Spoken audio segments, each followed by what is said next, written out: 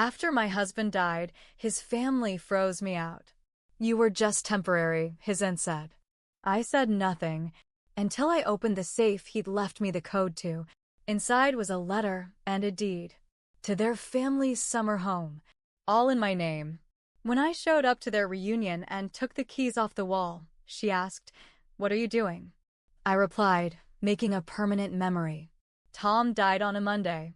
It was early October, not cold yet, but the leaves were starting to fall in big soft piles around our yard in Albany. We had just finished breakfast, blueberry pancakes, something we always did on Mondays because he worked from home. I went and put the dishes in the sink. He said he'd take Daisy out for her walk. 15 minutes later, a neighbor was banging on my front door. Tom had collapsed in the yard. By the time I ran out, he wasn't breathing.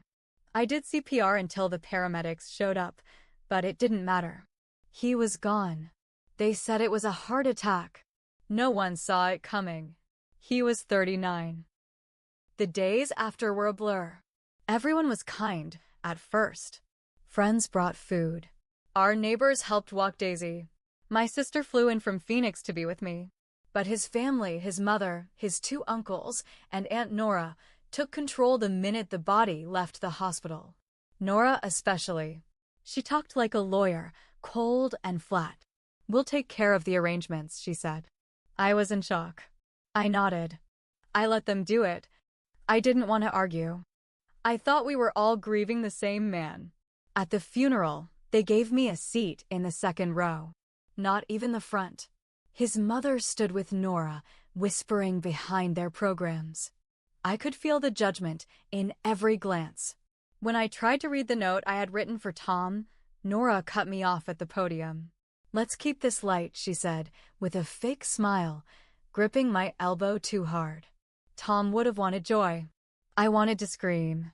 I wanted to say I knew him better than you did. But I didn't. I sat down and watched them hijack his goodbye. After the funeral, they all went to Nora's house for lunch. I wasn't invited. Not even a text. When I called the next day to ask about picking up some of Tom's things, his old journals, some photo albums, Nora said, "There's nothing here for you." Tom didn't have time to update the will. It hit me like a punch. What? He was busy. We all know he meant well. But legally speaking, there's no guarantee. You were only married 6 years. No children. You'll be okay. It didn't sound like grief. It sounded like they were erasing me. They changed the locks at the family summer home 2 weeks later. No one told me. I found out when I tried to book a weekend there, thinking some fresh air might help. Tom and I had spent every summer there. It was where he proposed. When I called to ask why my key wasn't working, Nora said, "That place belongs to the family. You had your time there. Let it go." I was stunned. I asked her, "Why are you treating me like a stranger?" She sighed, like I was a child who didn't get it. "Because, sweetie, you were just temporary." Those words burned. But I said nothing. Not then. Weeks passed. No one called. No one checked on me. They took down the wedding photos from their Facebook pages. Pretended I didn't exist. I started to believe it. Maybe they were right. Maybe I was temporary. Just a footnote in their perfect family tree. Then, one night, I was cleaning out the closet and saw the safe. It was this old metal thing in the back corner. Tom had inherited it from his grandfather. I'd only seen him open it once. I asked him the code back then, joking that I might need it if he ever got hit by a bus. He told me. I laughed. Then I forgot all about it. But that night, I remembered. I dug through my phone until I found where I'd written it down. The code worked. The safe clicked open. Inside were insurance papers, his ring in a velvet box, and an envelope with my name on it. It was his handwriting. I sat on the floor and cried before I even opened it.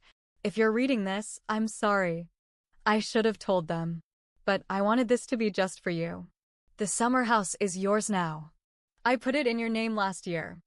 I didn't want them to have it. They never loved it the way we did. It's where we were real. Don't let them take it from you. Make it your own. I love you. Attached was the deed.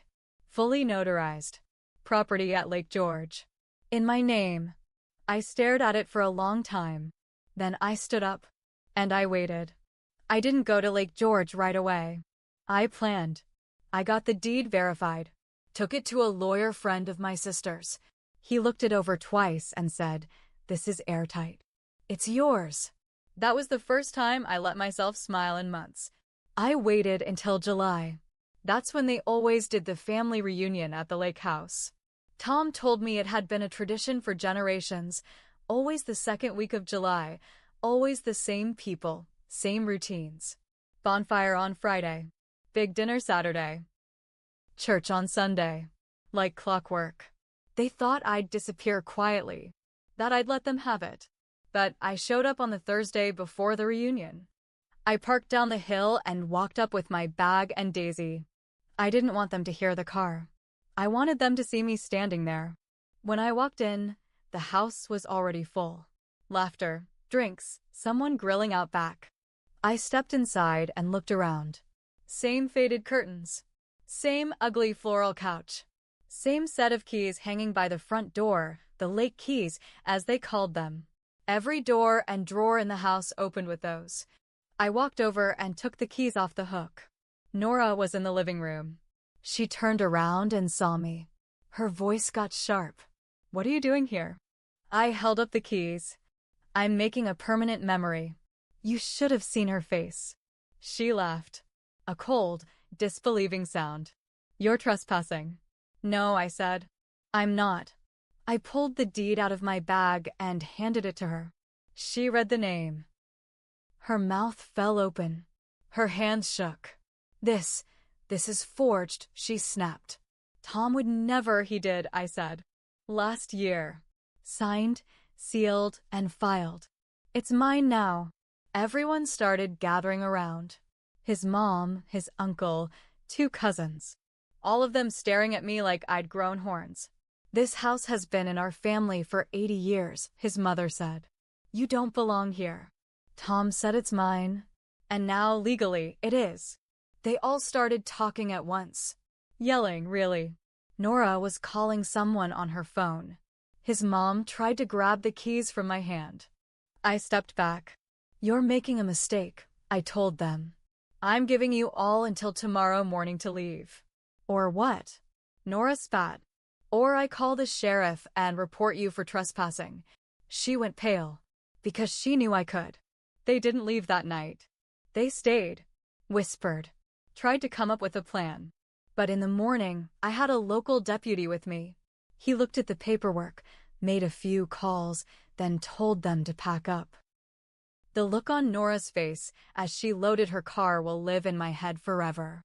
But that was just the beginning. Because 3 weeks later, I got a letter in the mail. No return address. Just one sentence on a single piece of paper. "You'll never be one of us." No signature.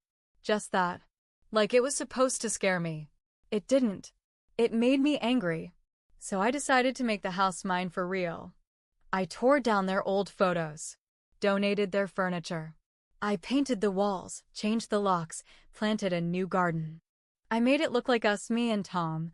I even framed our wedding photo and hung it over the fireplace. But that wasn't the end. One night, I came back from a trip into town and found the back window shattered. Nothing was stolen. But someone had been inside. Someone had gone through my things.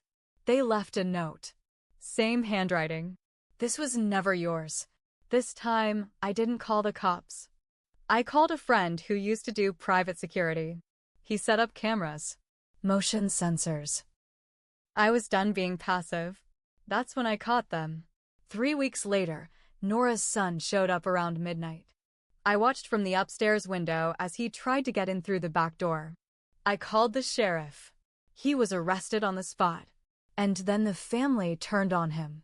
They showed up at my door 2 days later. Nora, his mom, the cousins.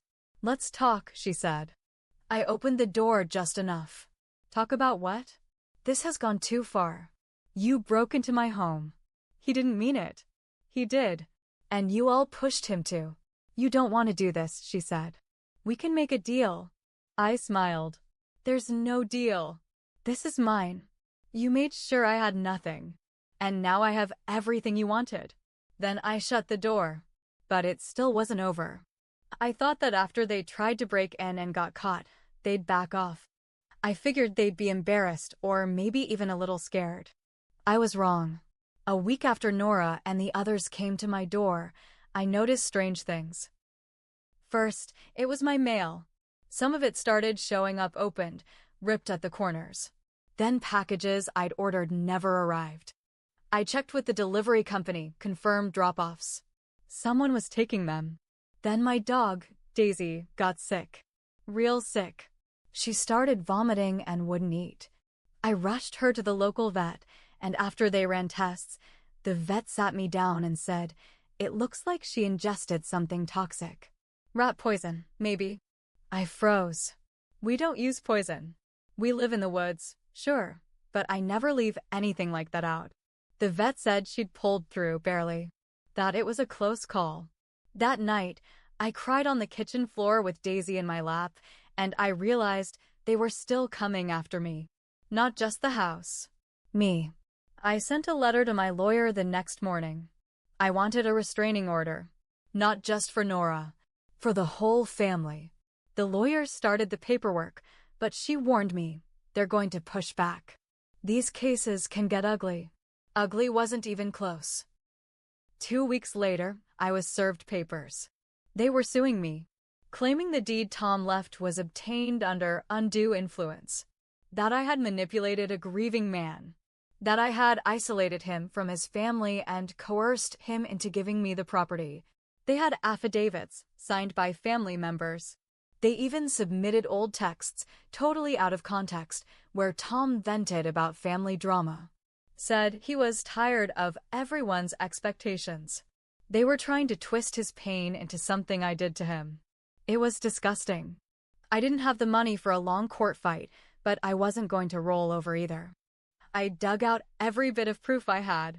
Emails from Tom talking about the deed. Photos of us at the lake house, fixing it up together. His notes. His handwriting. His voice messages. I had to make it clear this wasn't some con.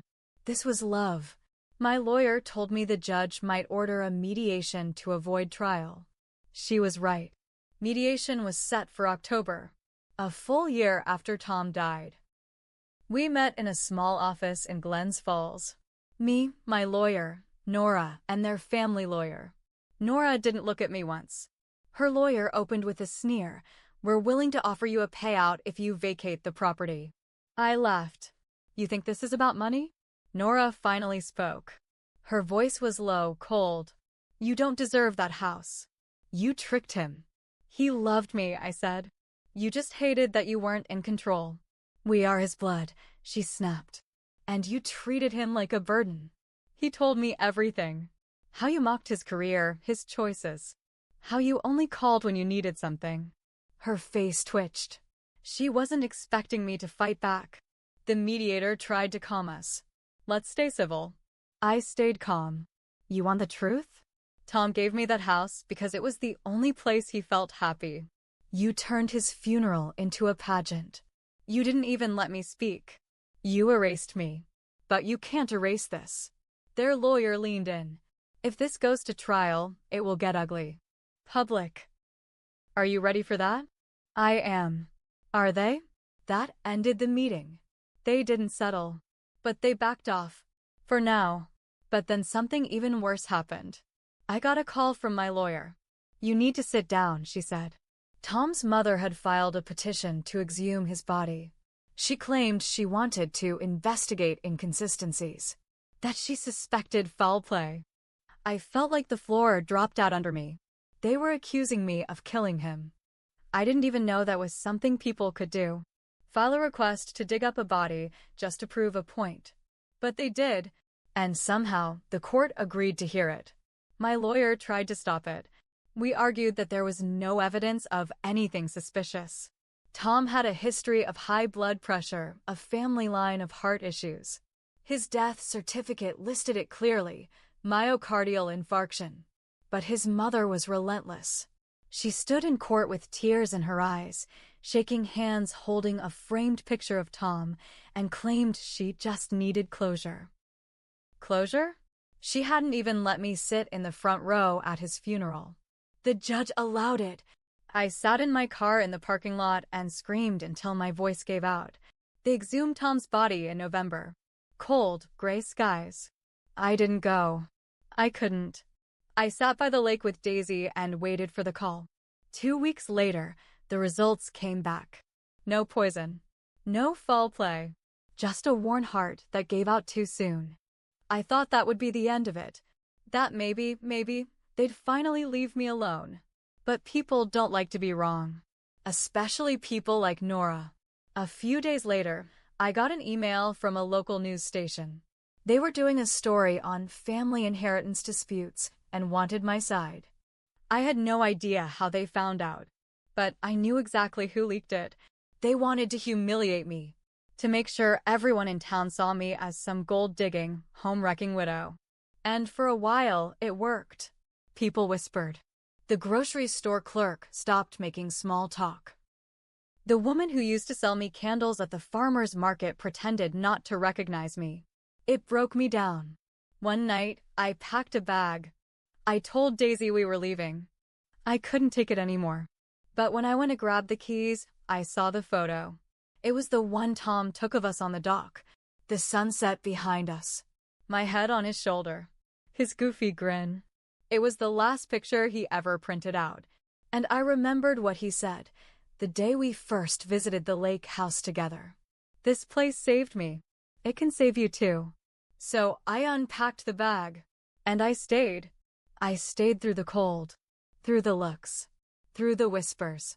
And slowly, things shifted. A neighbor helped me shovel snow one morning. A local baker dropped off fresh bread, said nothing, just smiled. Then one of Tom's old college friends came by. He told me he heard what the family had done. And he believed me. Bit by bit, people started coming back around. Then something happened I never expected. Nora's husband showed up. Alone. He stood on the porch, twisting his hat in his hands like a nervous schoolboy. I didn't let him in, but I opened the door. I'm sorry, he said. I didn't speak. I didn't know she'd go that far. With the body, with the papers. I wanted you to know I didn't agree with it. I nodded. Still didn't let him in. Then he said, she's sick. Real sick. Cancer. Part of me felt nothing. Part of me felt too much. I didn't wish that on her, but it didn't change what she'd done. What she tried to do to me. She asked to see you, he added. Wants to talk. No, I said. She had every chance. He left quietly. I never saw her again. She died the next spring. They didn't invite me to the service. Of course not. But a few weeks later, I got a letter in the mail. From her. It was short. I was wrong. He loved you. That house should be yours. I'm sorry. I read it once. Then again. Then I burned it in the fireplace. I didn't need her forgiveness. But I still kept the ashes. I stayed in the house. I kept it up. I rented the guest room to traveling writers, artists, people passing through. And one summer night, years later, I met someone. A quiet man with kind eyes and a crooked smile. We sat on the dock one evening. I told him the whole story. Every broken piece of it. He didn't say much. Just reached for my hand and held it. I'm glad you stayed, he said. And so was I. Not because I won. Not because I got revenge. But because they tried to erase me. And I wouldn't let them.